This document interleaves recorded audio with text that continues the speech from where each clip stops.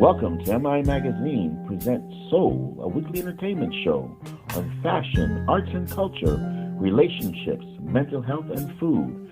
Our weekly guest hosts are Christie Grays Chambers, Carla Hill, Dr. Delvena Thomas, and Chef Irie. Now introducing our host, Miss Nicky, Gelin. Hello, everybody, and good night. So welcome to MIA Magazine presents So again, I'm your host. I'm Nicky Says YOLO, Nicky G. And again, we're here every single Wednesday at 7 p.m. So thank you so much for tuning in.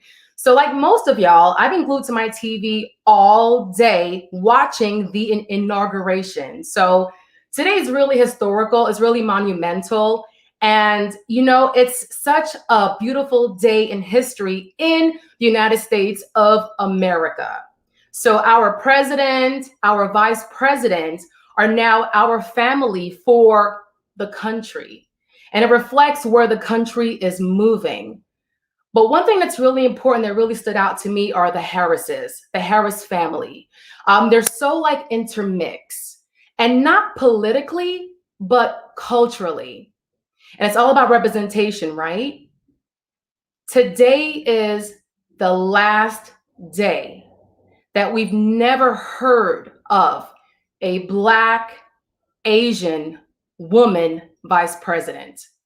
So let that sink in right quick.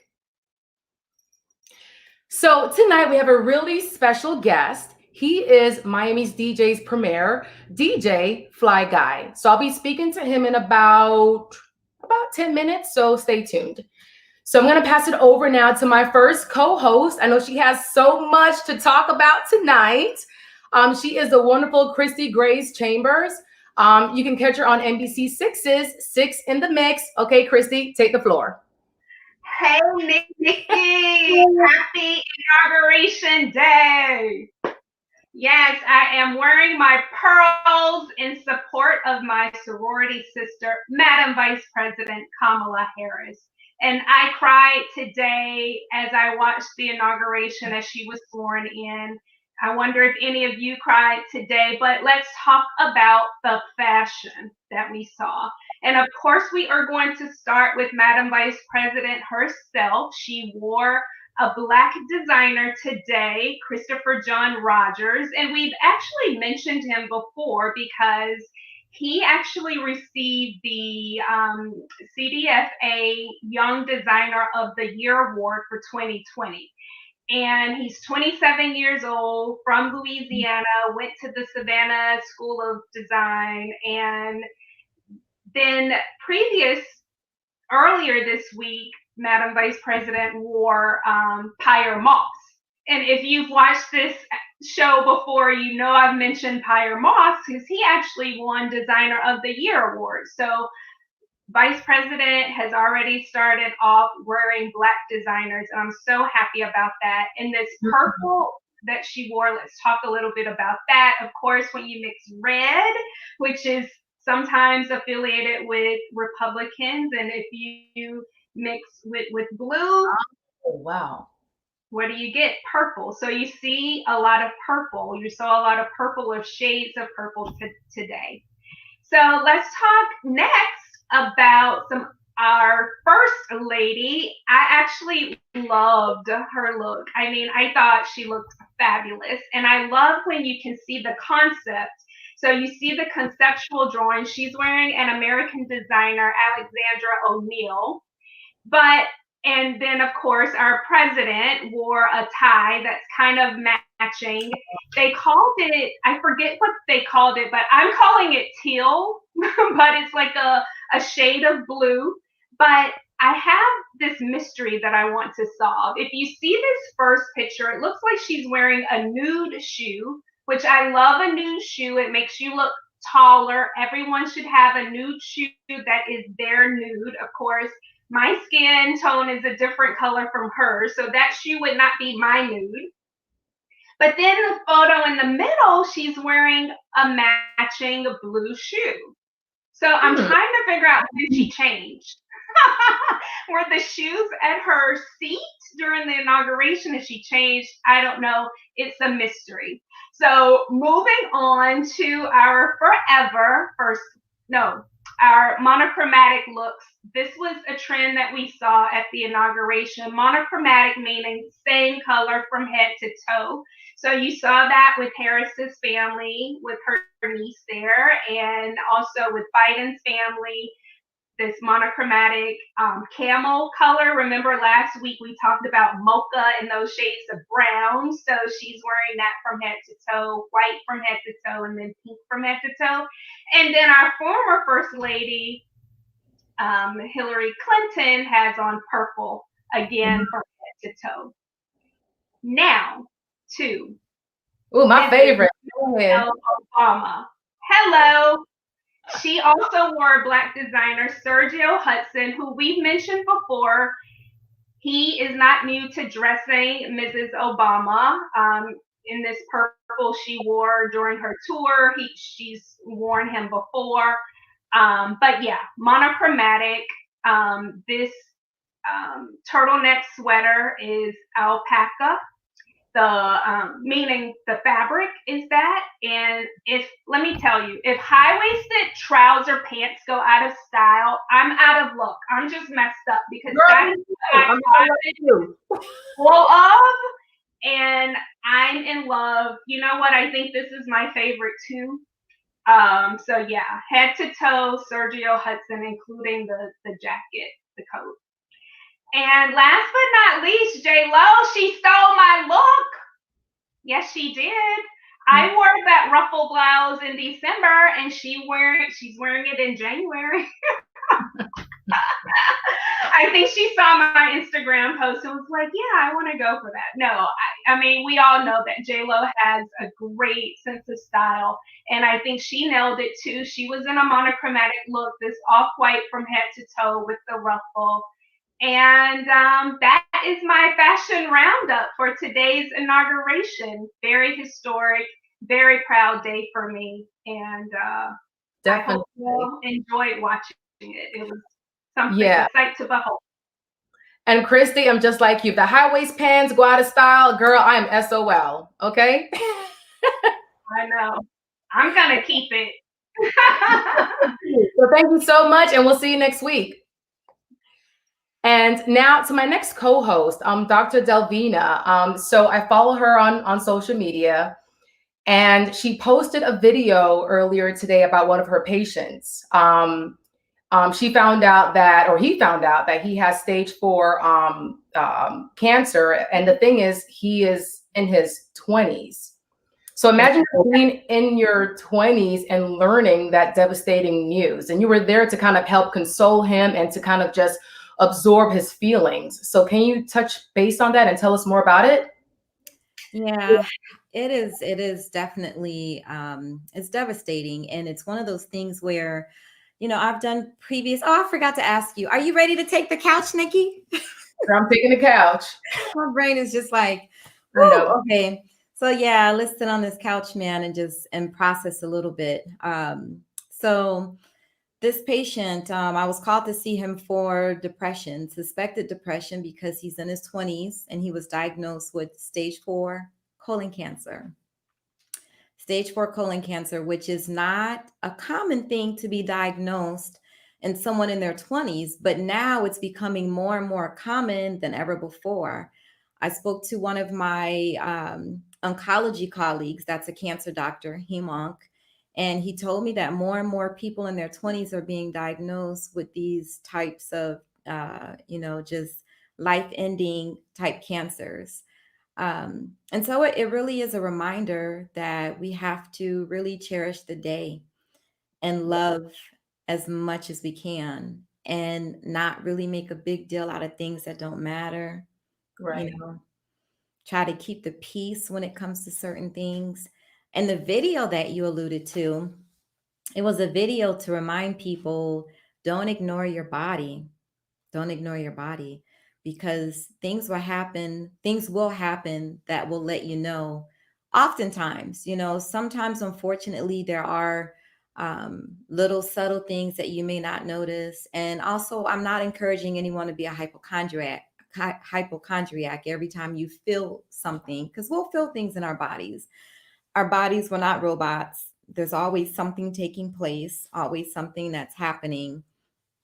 And especially for us as women, because we go through changes every month with our hormones, and folks, they're aware of that, your hormones, and leading up to menstruation. And, that occurs from the time that you have your first, what we call period, your first menstruation, whether it's at age 9, 11, 13, whatever it is, up until menopause. And so we will notice certain things, but I guess the essential thing to take note of is just know your body and what is the usual occurrence for you and your body. Certain things, though, should never ever be accepted as normal, or, oh, this is just what my body does. If you ever see bleeding in your stool, you should follow up on that. You should see your doctor. And let me back up. Everyone should have a primary care doctor. Last week, Nicky, you and I were discussing self-care, and we talked about things like breathing and meditation and color therapy and aromatherapy. But so let's take it a step further and talk about, how do we maintain our lives moving forward? We're all living longer than before. People are living easily now into their 80s and 90s, really. So self-care includes having people in your circle who are able to help you maintain and live a fruitful and productive life. And primary care physicians would be one of those people. Don't wait until you get sick, or don't wait until you have an issue to then go to a physician.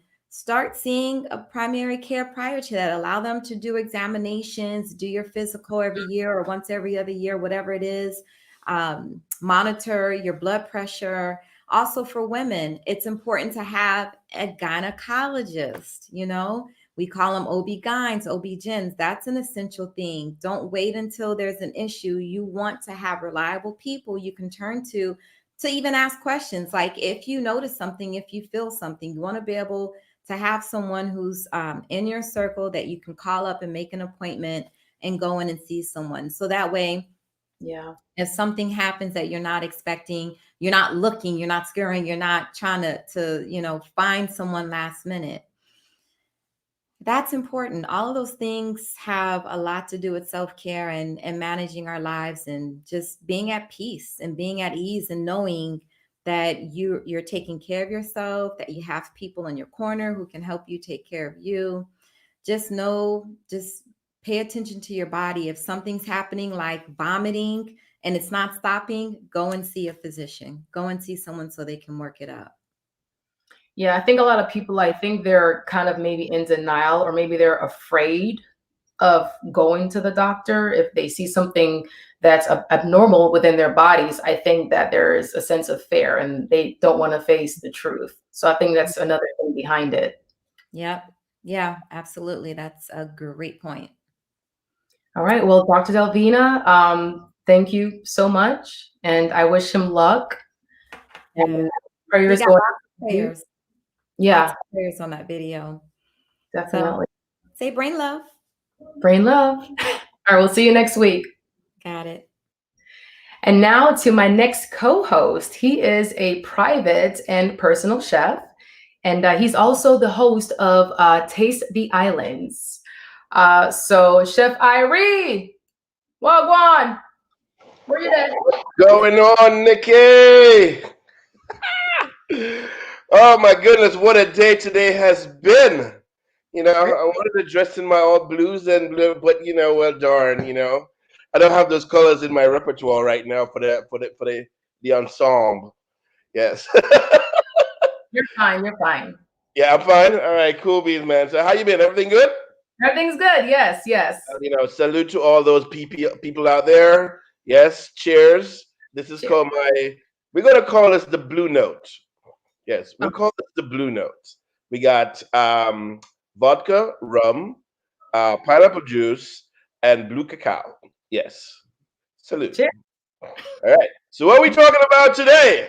Well, so do you know the difference between, so when I say spiced and spicy, What does that mean to you? Spice means mild, and spicy means like hot.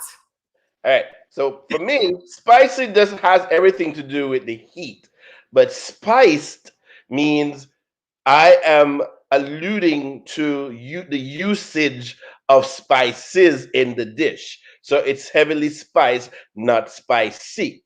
So today we're talking about spices, okay? And um, there are hundreds of different types of spices all around the world, and they affect every cuisine known to man all across the globe. And I'm sure there's probably some of them that you utilize in your cooking at home, and I'm sure the people here, utilize those spices in cooking. So the wonderful thing about spices, they're all plant-based. Okay, they're all from plants, either from the seeds or the fruits of plants, or the roots or tubers of some of the plants. You know, and there are even spices that are from the barks of plants. So one of the most, I don't have it in the picture in that we're going to talk about real quickly, but one of the most famous spices, that common spices that's probably in everybody's kitchen right now, is cinnamon. And cinnamon is from the bark of a tree. Right? So most people don't know that. So some of the spices that I love in my cooking happens to be part of different types of cuisine. And as you can see right now, we got cilantro. But a lot of things people don't know, that there are other byproducts of the plant itself. So cilantro, the green leaf right here, also produces coriander, which is the actual seed, and coriander dried gives you the dried spice coriander. So one plant give you two other things. So one of the other spices that I love to cook with is cumin. And so cumin seeds, dried, roasted, toasted, grounded, and you get this rich, earthy, pungent flavor. Used a lot in Middle Eastern spices, use in dishes, use a lot in Caribbean dishes. Definitely, if you're from Trinidad, you have some, cumin up there in that curry, in that masala. Yes, so I love this spice. And if you're from where I am in Jamaica, this spice is used a lot. Okay, if it's in your soup, in your stew fish, your brown stewed chicken, your rice and peas, your jerk seasoning. And of course, I mentioned that because you can't have jerk seasoning without allspice, or otherwise known as pimento. So this too, it's a berry, it's dried, and it gives you a huge amount of flavoring for the dishes. And of course, a big flavor profile of jerk seasoning. And right next to that was ginger root. So you can use a ginger as a fruit itself, cut it up, use it in smoothies, use it in juices. We did Christmas last year, December, sorrel. That's a big component of sorrel. Um, Dried, use it in, like I said, in the spiciness of your marinades for chicken, fish, all of that good stuff. Now All the right. big there's this spice down here. What do you know what it is? I have no idea. This is saffron. So yeah, this is saffron, and saffron is actually, I think right now it is still one of the most expensive spices in the world right now. And so when I say it's expensive, if you go to the supermarket, if you're able to find it in regular supermarkets, you're talking about less than half of an ounce, if that much. Maybe it's like a gram. And that probably, you'll probably pay about $10, $15 for that little bit. And the reason that it's expensive is that each flower has one little pestle, and they have to pick it by hand. And Oh, yes, it has to be picked by hand, not machine, has to be picked by hand. So you have to harvest a lot of it to get the product to the people. it's So yes, yes. yes, so spices, It makes the dishes go. It makes your recipes sing. But not only do they make dishes sing, they have really great health benefits. Won't go into all of them right now, but for the digestive, for inflammatory, conditions that you may have, us Jamaican and Caribbean people, we're always saying, go drink some tea. Yes, go drink some tea. Everything tea is good for everything, especially if you drink ginger tea. Ginger tea is like the cure-all for everything. It is. That's what spices. Yes, good for eating and good for the health as well. Well, Chef Irie, thank you so much. Cheers again. We'll see you next week. Most def. And now to our featured guest. He is one of the premier DJs in Miami and made waves at events such as Miami Art Basel. He's played from like Tokyo to Switzerland and the Caribbean. He's played for Drake and my all-time favorite, Erykah Badu. So DJ Fly Guy, thank you so much for being our guest tonight. How are you? I'm doing well. What's happening? Thank you for having me. I'm glad to be here. What's Definitely. Up? And the weather is gorgeous. It's been really nice in Miami. Yeah, the weather's really good right now. Hoping it stays this way for at least another week. Exactly. So let's get right into it. So how did you get the name DJ Fly Guy? Well, I got the name Fly Guy before I became a DJ. So friends of mine from New York, when I lived in New York, we used to go down to DC and throw parties every week in DC. And we were known to be very fashionable, very, dress fresh and all of that. But everybody in the crew had a nickname. Whoa. It's okay. I can hear you. I can still hear you. Yeah, everybody in the crew had a nickname except for me. So one night, we get ready to go to the party, and our door girl looked at the outfit that I had on, and she just looked at me, and she was just like, you're a real fly guy. And I was like, oh, there goes my nickname right there. And then I went, and back then blogging was a big thing, and I bought the domain name flyguy.com, started blogging. This is 2007. And then when I became a DJ, I said, oh, well, what's my DJ name going to be? Let me use my blogging name, and that's how it came about. Okay, yeah. Well, thanks to her. Right. Shout out to Tiffany, wherever she is in the world, because I have no idea. So at age 28 is when you began your career as a DJ.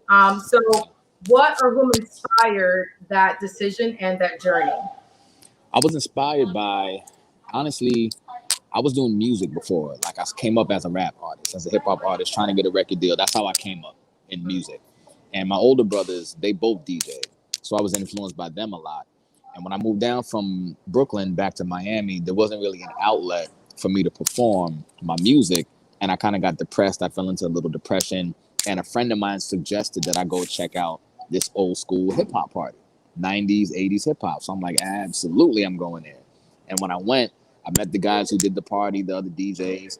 And I said, I bet if I was on that stage, I can make this room of people move just like this. And then that's how that put me on the path to becoming. I asked them, I said, yo, can you guys teach me, how to work the DJ equipment? They said no, which is fine, because then me being who I am, I taught myself how to use it anyway. And 13 years later, here we are. There you are. So what obstacles have you had to encounter? How much time we got? Many obstacles. I mean, there was obstacles when I did a television show. I did VH1 Master with the Mix, which was like the American Idol of DJs. And, in everything, people have their strengths and their weaknesses. And I always know what my weaknesses were and my strengths as far as DJing, the craft of it was. And one of the obstacles I faced in my career was being faced with a challenge that I know I wasn't going to be able to compete well on. And I didn't. And I got sent home and cried on national television, and it was a big thing, and got a lot of social media backlash, and they called me DJ Cry Guy for a while, and it was fun. Yeah, all of that good stuff. Another obstacle for sure definitely is when you're a Black DJ, they think the assumption is you can only play urban music, right? So a lot of times you don't get to play in the same rooms as maybe some of your other races and counterparts. And that's a hurdle that I've since been able to overcome. But early in my career, it was super rough. super rough. Wow. So you've had to kind of just break through those barriers and just show who you are authentically. So, and it's not easy being a man of color and trying to break barriers in that industry. So there's different genres. So because I'm Black, why can't I play other genres besides urban, right? So right. Or why can't I play in a venue that Black people don't really come to, but other races, other nationalities come to? So, you know, that type of stigma is always something that even DJ guys that I've mentored over the years, they're now facing those issues, well, pre-COVID. But, you know, it's a common thing. Well, so speaking about that, so the pandemic hit like last year in the US around March. And that definitely had like a really major impact on parties, events, the nightlife scene. So how did that impact your life and your career being DJ Fly Guy? It threw my entire life into a tailspin, you know, because there was no way to predict that this was coming. There was no way to predict that the world was going to literally shut down overnight, or what felt like overnight. Mm-hmm. And it's still difficult. You know, I'm in a better position now than I was, you know, last summer, but it's been tough. And not only for DJs, but everyone in the hospitality and in the entertainment industry, all my bartender friends and all the buses and club managers. And, you know, they say I'm a little pessimistic in my outlook, but I don't personally think we'll be able to put 1,000 people back inside a building, an enclosed space, till 2022. And I said that last year. And I don't feel like we're any closer to it. Okay. Because nobody I know is taking the vaccine, by the way. I'm just throw that out there. Yeah, I understand. That's a whole nother conversation. That's a whole nother. We ain't gonna go there. Exactly. So really quickly, your latest project it's called Pivot, and it's actually it's a movie that was maybe a result of the pandemic. So really quickly, how did this come into inception, this vision that you brought to life? Well, so I released my first self-published book of photography in December, To Miami with Love, and I had a photography exhibit to go along with that. And over the holidays, I started thinking about what did I do with all the content that I've accumulated this whole year. And I'm like, well, I only put it on social media. This needs to be seen more by more people in a different way. So I basically gathered all the content that I created, and I wasn't expecting to make a short film. I wasn't expecting to make a documentary, but by the time I looked up, it was 38 minutes long. And then I checked the criteria for what is deemed a short film, and it fit. And I was like, well, this is actually a short film. And I went through all the guidelines, and now I'm submitting it to all film festivals and independent film festivals. And I'm having a screening at the AMC Theater at Aventura Mall on January 31st. And it's something that is I want people to really enjoy it and take it seriously, because I'm telling the story of how I got to where I am today, but I'm taking you back to when I was a child and what put me on a path for creativity and artistry and entrepreneurship in the first place. And that started young. So it tells a story.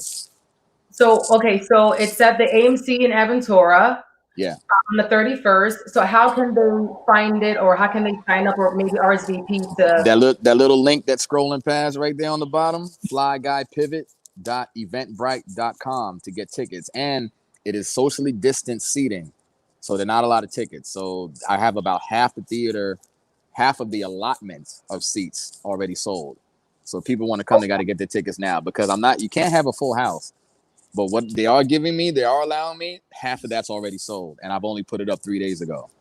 And it's next week, Sunday. It's a blessing. Wow. It's a blessing. No, it's a blessing. People buying my book is a blessing. To MiamiWithLove.com. People buying my art. It's all been a blessing, because if this wasn't happening, I don't know where I'd be, honestly. It's keeping you inspired. It's keeping you like motivated, and it's keeping you just determined and going. So absolutely. Love Jones. So I read that Love Jones inspired your coffee table book, you know, to Miami with Love. Yeah. So well, it inspired my love of photography in general, and because you remember the movie Love Jones, right? I can't forget. Okay. So remember when Darius went to Nina for the first time, and he's looking around the living room, and he's like, this looks like stuff that Gordon Parks was shooting for Life magazine. and you see the images, the black and white images flashing on the screen. When I saw that at 16 years old, that captivated me. And I was like, man, I want to take pictures like that. Oh, who's Gordon Parks? Let me do my research. And then I just never had an opportunity to explore the interest in it until 25 years later, when my career got put on hold. And then I went into my closet, dug out my camera, and started taking pictures, and instantly fell back in love with shooting photography. And then that turned into a book unexpectedly. So how can we find this book? Like, how can we actually get our hands on it? To miamiwithlove.com/the-book. Okay. Or if you just go to miamiwithlove.com, you know how to navigate a website, you can find it. Right. Yeah. And I read also it's going to be in the Congress Library as well. Can you tell us more about that?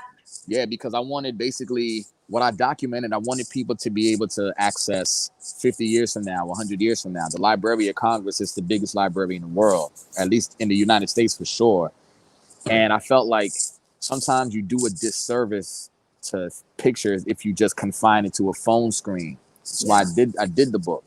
And I want there to be a visual representation of what happened during the pandemic of 2020, now into 2021, unfortunately, that somebody could use as a reference when they're writing a thesis, when they're writing a term paper, when they're doing research, when they want something beyond a Google search, something tangible they can put in their hands, almost like a time capsule piece, and say, this is something that was created in the midst of global despair. And that's why it's registered there. Wow. So what legacy do you want to leave behind? Legacy, that Rahsaan Fly Guy Alexander is somebody that put his heart and soul into everything that he does and moves with intention and is about pushing the culture forward, the culture of Black arts and Black visual and Black entertainment, in a high level, in a high respectable level. That's my legacy. So what would you tell your younger self, and how old would you be? I would tell my 18-year-old self to save money. Save money. Financial literacy is so important, and they don't teach it enough to us in school. And when we get to college and we get into this credit card debt from early, it's a bad thing. And I can't even tell you what having savings would have been like, been able to sustain me through a pandemic, so I wouldn't have to get on food stamps, and I wouldn't have to rely on Cash App and Zelle people from tipping me from my Instagram DJ sets and everything. Saving money is so important. Wow. That's what I would tell my younger self. And I'm not ashamed, I'm not ashamed. People need to know that. People need to know that even, of course, it's the truth. You got to tell your truth, and there's others that have to hear it as well. So it's really appreciated. So thank you for being transparent and for being open, because there's other people out there that have to hear it as well. I said if I need to be a voice for the voiceless, I'm willing to do that. Yeah, exactly. Exactly. So again, the 31st. Yes, January 31st, Fly Guy, pivot.eventbrite.com. Pivot, a 2020 story by Rahsaan Fly Guy Alexander. Wow. Well, thank you so much for being our guest tonight. I will definitely try to be in the building on the 31st. Please do. Please do. Yes, I'm so and it's early. It's Saturday matinee, 4:30 on a Sunday matinee. There's no excuses. 4:30, okay. Feel me? Well, thank you so much for being our guest tonight. I'm really just proud of your accomplishments, and it takes experiences for us to become creative and to thrive and to grow and to want more. So if anything, that's one positivity out of this pandemic, that you were able to kind of absorb and to kind of, just kind of bring you on a different journey. So that's my last 2 cents. Yeah, I appreciate that. Thank you. Yeah. So thank you so much. And we'll be seeing you soon. Have a good night. All right. Peace. So guys, thank you so much for being for tuning in tonight, for being our viewer guest tonight. The show is brought to you by the Florida Lottery. Stay tuned for next week's featured guest, and have a wonderful night.